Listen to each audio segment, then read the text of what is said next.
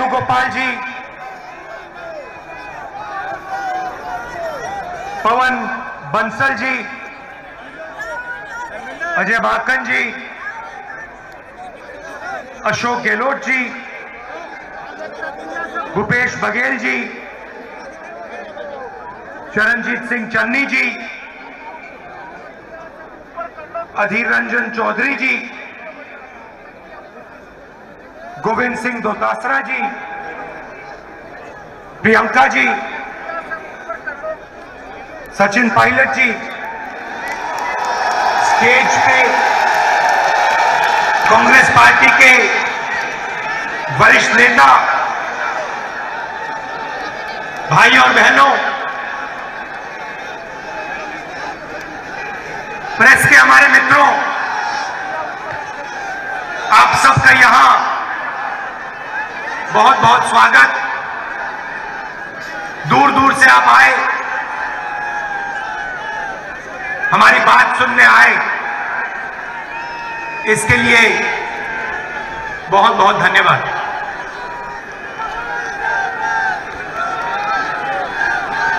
देश की हालत आप सबको दिख रही है। रैली महंगाई के बारे में है, बेरोजगारी के बारे में है, जो आम जनता को दर्द हो रहा है, दुख हो रहा है, उसके बारे में है।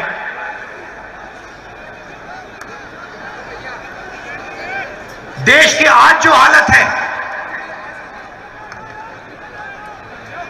शायद पहले कभी नहीं हुई। पूरा का पूरा धन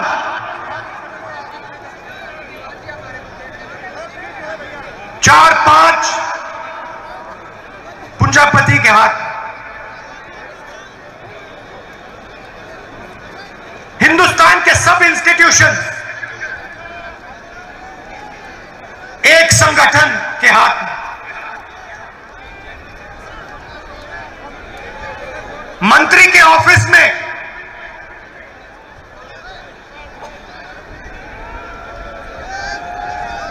आरएसएस के ओएसडी।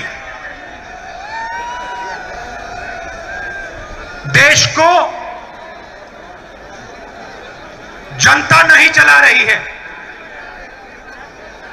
देश को 3-4 पूंजीपति चला रहे हैं। और हमारे प्रधानमंत्री जी उनका काम कर रहे हैं।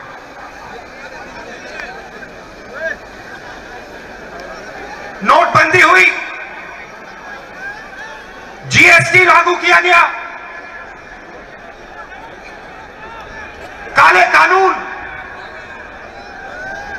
बनाए गए, और कोरोना के समय आपने देश की जनता और देश की हालत देखी।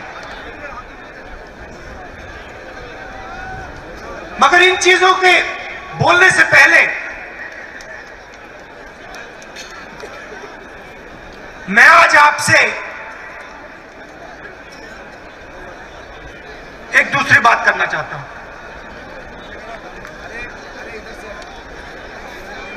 देश के सामने कौन सी लड़ाई है, और लड़ाई किसके बीच में है, कौन सी विचारधाराओं के बीच में है। 5 मिनट में मैं आपको यह बताना चाहता हूं, और फिर उसके बाद महंगाई, काले कानूनों के बारे में, बेरोजगारी के बारे में खुल के आपसे बोलूं। आप जानते हो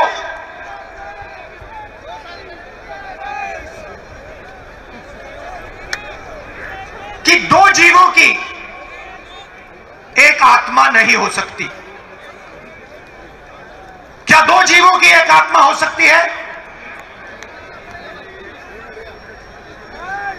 नहीं हो सकती। वैसे ही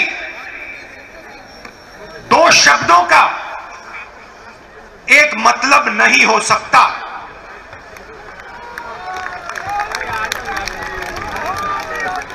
दो जीवों की एक आत्मा नहीं हो सकती। दो शब्दों का एक मतलब नहीं हो सकता। हर शब्द का अलग मतलब होता है। देश की राजनीति में आज दो शब्दों की टक्कर है, अलग शब्दों की। इनके मतलब अलग हैं। एक शब्द हिंदू, दूसरा शब्द हिंदुत्ववादी। ये एक चीज नहीं है, ये दो अलग शब्द हैं और इनका मतलब बिल्कुल अलग है। मैं हिंदू हूं मगर हिंदुत्ववादी नहीं हूं। ये सब हिंदू हैं मगर हिंदुत्ववादी नहीं है। और आज मैं आपको हिंदू शब्द और हिंदुत्ववादी शब्द के बीच में फर्क बताना चाहता हूं। भाइयों और बहनों, महात्मा गांधी हिंदू, सही बोला? महात्मा गांधी हिंदू, गोडसे हिंदुत्ववादी।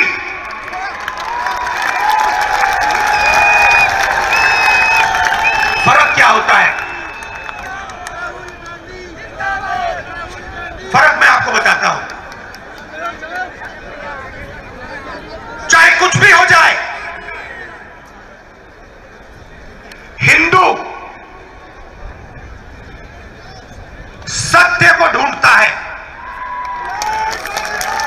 मर जाए, कट जाए, पिस जाए, हिंदू सच को ढूंढता है। उसका रास्ता सत्याग्रह। पूरी जिंदगी वो सच को ढूंढने में निकाल देता है। महात्मा गांधी ने ऑटोबायोग्राफी लिखी, माई एक्सपेरिमेंट्स विद ट्रूथ। मतलब पूरी जिंदगी उन्होंने सत्य को समझने के लिए, सच को ढूंढने के लिए बिता दी। और अंत में एक हिंदुत्ववादी ने उनकी छाती में 3 गोली मारी।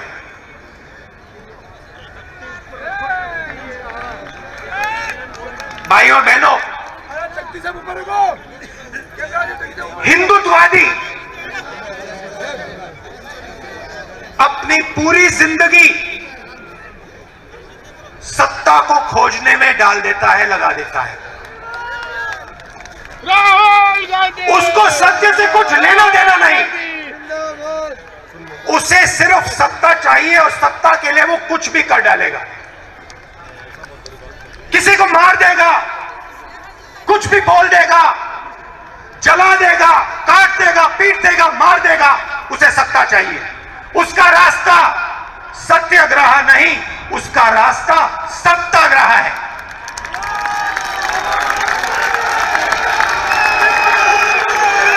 हिंदू भाइयों और बहनों, हिंदू अपने डर का सामना करता है। हिंदू खड़ा होकर अपने डर का सामना करता है और 1 इंच पीछे नहीं हटता है। वो शिवजी जैसे अपने डर को निगल जाता है, पी लेता है। हिंदुत्ववादी भाइयों बहनों अपने डर के सामने झुक जाता है, अपने डर के सामने वो मत्था टेकता है। हिंदुत्ववादी को उसका डर डुबा देता है और इस डर से उसके दिल में नफरत पैदा होती है, डर से नफरत पैदा होती है, गुस्सा आता है, क्रोध आता है। हिंदू डर का सामना करता है, उसके दिल में शांति पैदा होती है, उसके दिल में प्यार पैदा होता है, उसके दिल में, उसके अंदर शक्ति पैदा होती है। ये भाई और बहनों, हिंदुत्ववादी और हिंदू के बीच में फर्क है। मैं आपको ये भाषण क्यों दिया? क्योंकि आप सब हिंदू हो, हिंदुत्ववादी नहीं।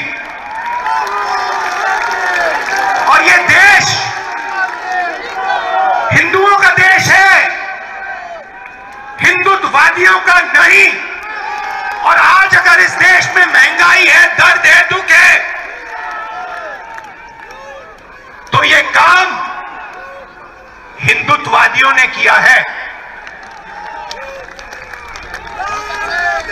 हिंदुत्ववादियों को किसी भी हालत में सत्ता चाहिए।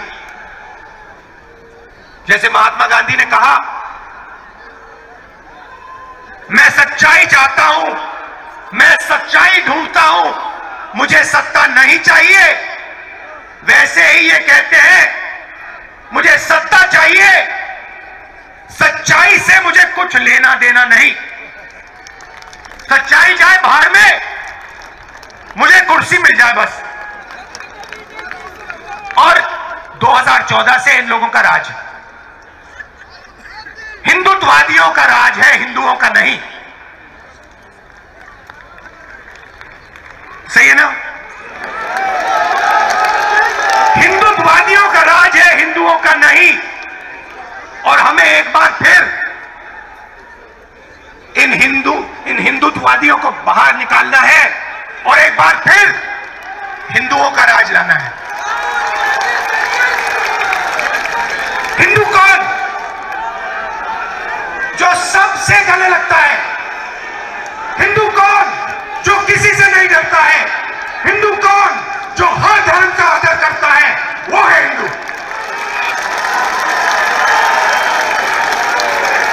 आप हमारे कोई भी शास्त्र पढ़ लीजिए, रामायण पढ़िए, महाभारत पढ़िए, गीता पढ़िए, उपनिषद पढ़िए, मुझे दिखा दीजिए कहां लिखा है कि किसी गरीब को मारना है। कहां लिखा है किसी कमजोर व्यक्ति को कुचलना है? कहां लिखा है? मुझे दिखा दो। कहीं नहीं लिखा।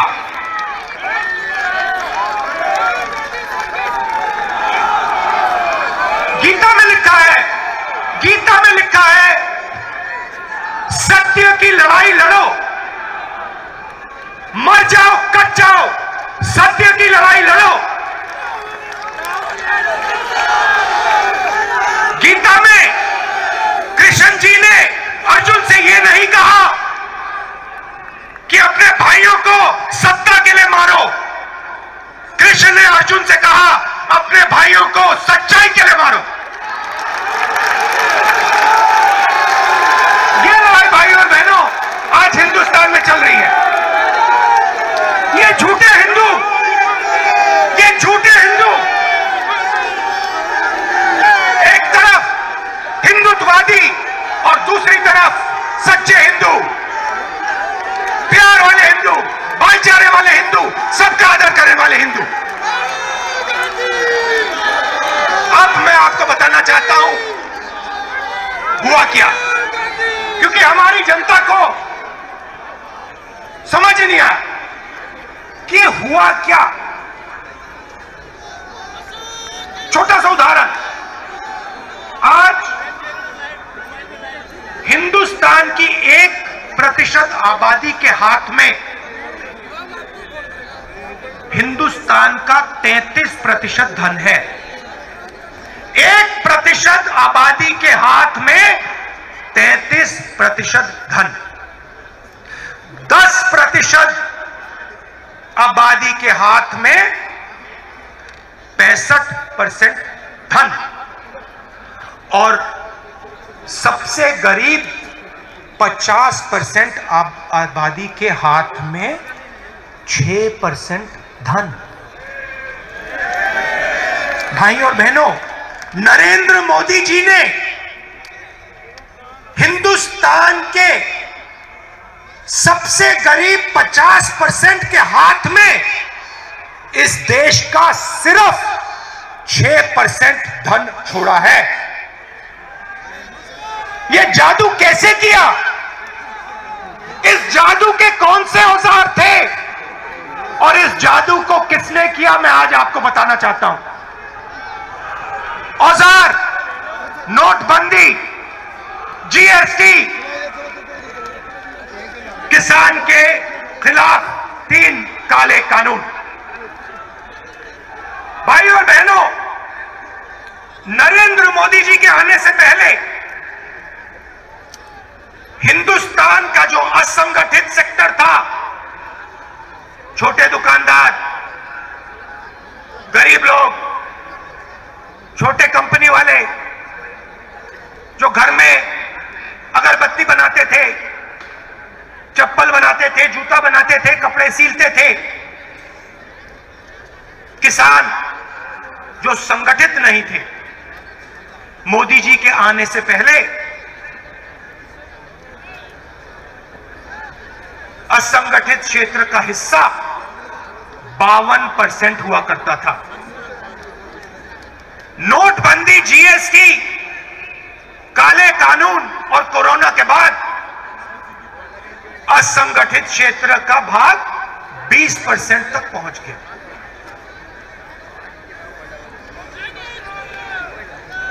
भाई और बहनों, हिंदुस्तान का 90% फायदा, 90% प्रॉफिट, कॉर्पोरेट प्रॉफिट 20 कंपनियों को जाता है। ये जो आप टीवी देख रहे हैं ना, ये जो इजरायली को 5 मिनट के लिए दिखाएंगे, ये उनके गुलाम है।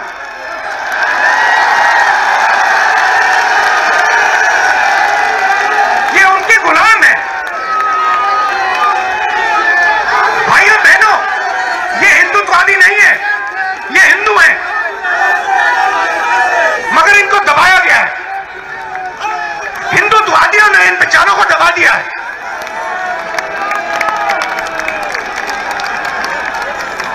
मगर हिंदू को नहीं दबाया जा सकता, कभी किया नहीं जा सकता।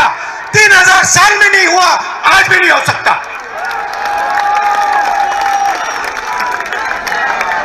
क्योंकि हम डरते नहीं है, हम किसी से नहीं डरते, हम मरने से नहीं डरते। लो,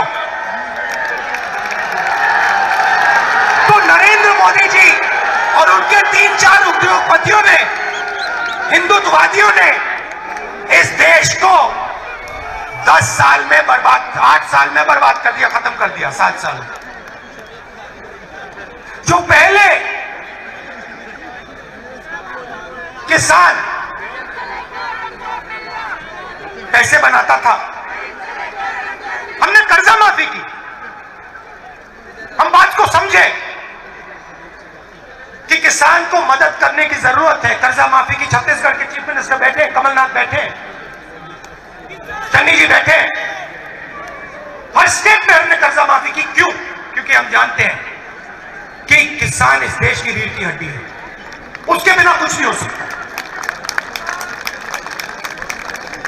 नरेंद्र मोदी जी ने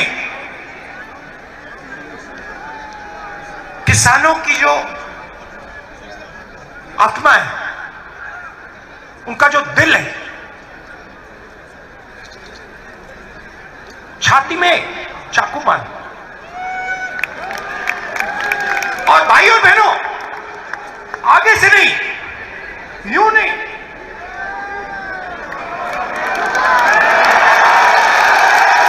आगे से नहीं, पीछे से। क्यों? क्योंकि हिंदुत्ववादी है। हिंदू अगर मारता तो आगे से मारता, हिंदुत्ववादी है तो पीछे से मारेगा। भाई और बहनों, पीछे से छुरा मारा और फिर कहते हैं जब हिंदू किसान हिंदुत्ववादी के सामने खड़ा हुआ तो हिंदुत्ववादी ने कहा मैं माफी मांगता हूं, मैं माफी मांगता हूं। और फिर चन्नी जी बैठे हैं। भाई और बहनों, 700 किसान शहीद हुए। यहां हमने 2 मिनट मौन रखा, पार्लियामेंट में मौन रखने नहीं दिया। मैंने कहा अगर आप नहीं करना चाहते मैं खड़ा हो जाता हूं। ऑपोजिशन के लोग 2 मिनट खड़े हुए, मौन नहीं किया। चन्नी जी से आप पूछिए, चन्नी जी हैं? नहीं। चन्नी जी से अगर आप पूछेंगे कहेंगे 400 किसानों को, 400 शहीद किसान के परिवारों को पंजाब की सरकार ने 5 लाख रुपए दिए और उनमें से 152 को रोजगार दिलवा दिया है और बाकी को हम रोजगार देने जा रहे हैं। आप है ना? सही बोला।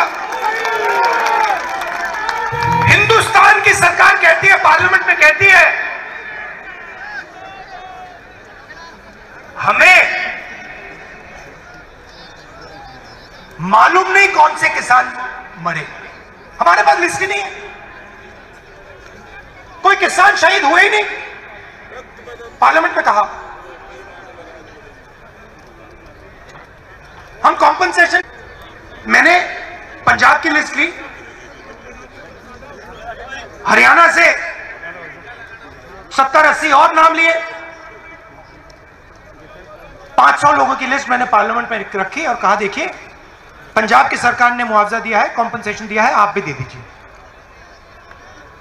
माफी मांगी, पहले पीछे से छुरा मारा, फिर माफी मांगी और जब कॉम्पनसेशन देने की बात आई, 5 लाख, 10 लाख, 25 लाख रुपए देने की बात आई तो नरेंद्र मोदी नहीं दे सकता क्योंकि वो किसान मरे ही नहीं, वो शहीद नहीं हुए।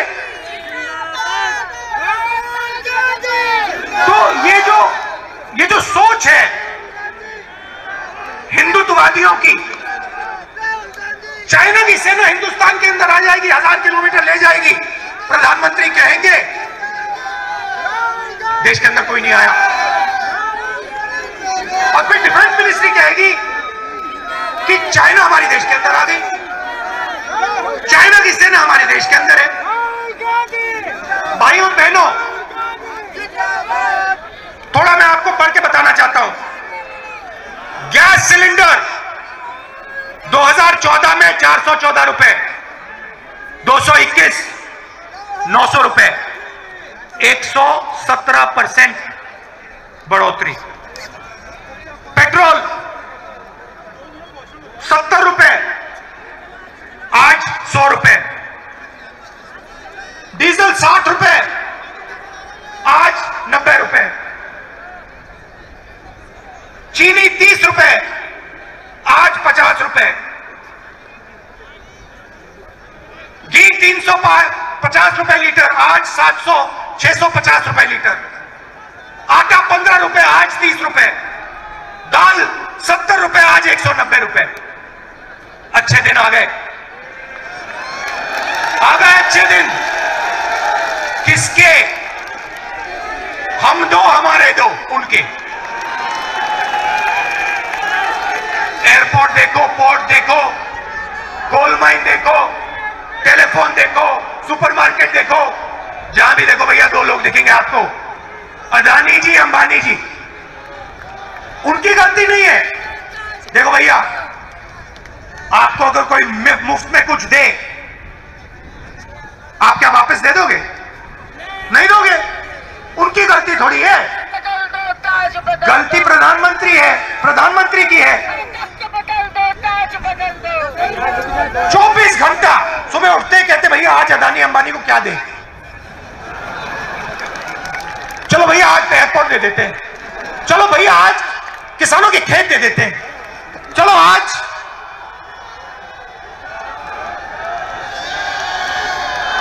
खनन दे देते हैं, माइन दे देते हैं। ऐसे देश देश नहीं चलाया जाता है। देश गरीबों का है, किसानों का है, मजदूरों का है, छोटे दुकानदारों का है, स्मॉल मीडियम बिजनेस वालों का है। क्यों? क्योंकि यही लोग इस देश को रोजगार दे सकते हैं। अंबानी जी की जगह है, अदानी जी की जगह है, मगर वो रोजगार पैदा नहीं कर सकते हैं। रोजगार हमारा किसान पैदा करता है, रोजगार छोटे व्यापारी पैदा करते हैं, दुकानदार, छोटा दुकानदार पैदा करता है, छोटे बिजनेस वाले, मिडिल साइज बिजनेस वाले, उनको तो खत्म कर दिया, मिटा दिया। भाइयों और बहनों, 1% आबादी के पास 33% धन, 10% आबादी के पास 65% धन, 50% आबादी के पास 6% धन। ये क्या हो रहा है?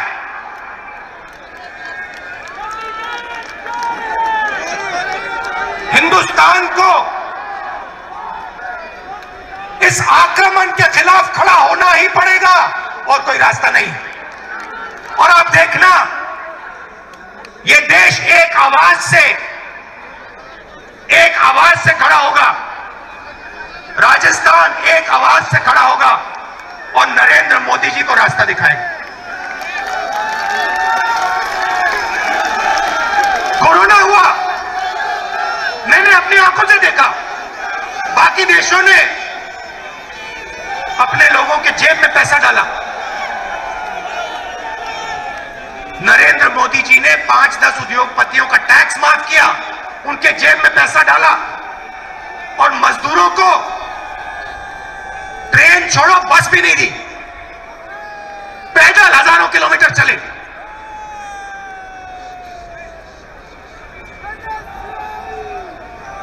सौ 200 लोग सड़क पे मर गए। नरेंद्र मोदी जी ने कहा, थाली बजाओ, थाली बजाओ, मोबाइल फोन की लाइट जलाओ, मर जाओ।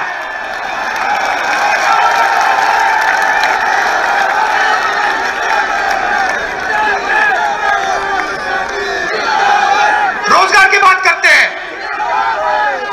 आज 60 साल से सबसे ज्यादा बेरोजगारी हिंदुस्तान में आज। क्यों? क्योंकि आपने रोजगार देने वाली रीढ़ की हड्डी तोड़ दी। आपने डिमोनेटाइजेशन किया, जीएसटी की, नोटबंदी, कोरोना में आपने समर्थन नहीं दिया, छोटे बिजनेस वालों को, सब खत्म हो गए। रोजगार कहां से पैदा होगा? रोजगार 2-3 उद्योगपति नहीं पैदा कर सकते। रोजगार लाखों दुकानदार, लाखों छोटे बिजनेस वाले, मिडिल साइज बिजनेस वाले, करोड़ों किसान पैदा करते हैं। ये सच्चाई है देश की। और देश को, भाइयों बहनों, ये सच्चाई पहचाननी पड़ेगी और कोई रास्ता नहीं है।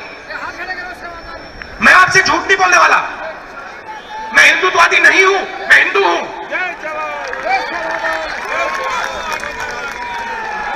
मैं डरता नहीं हूं, सत्ता मिले ना मिले कोई फर्क नहीं पड़ता। मैं सच्चाई के रास्ते से नहीं हटने वाला,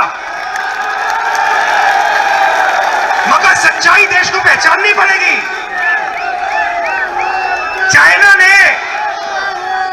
ने अरुणाचल में, लद्दाख में हमारी जमीन ली है। मोदी जी कहते कुछ नहीं हुआ। किसान, 700 किसान शहीद हुए, मोदी जी कहते कुछ नहीं हुआ।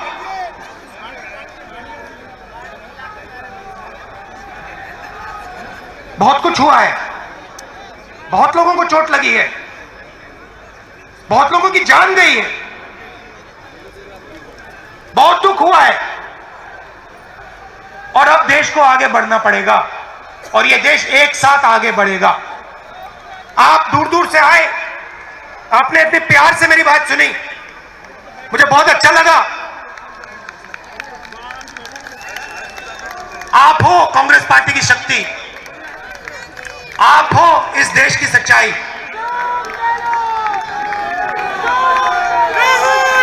आप लड़ते हो देश के लिए।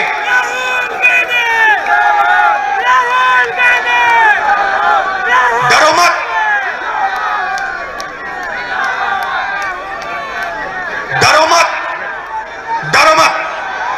जरूरत नहीं डरने की।